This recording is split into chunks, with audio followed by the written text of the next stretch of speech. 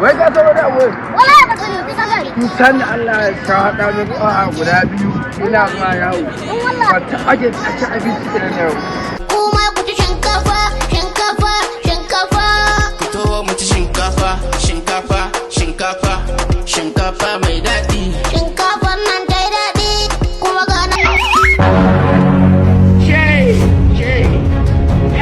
Jamila mi agwa wuraga wurin ga namu komi muna da komi a zama mun komi a sayo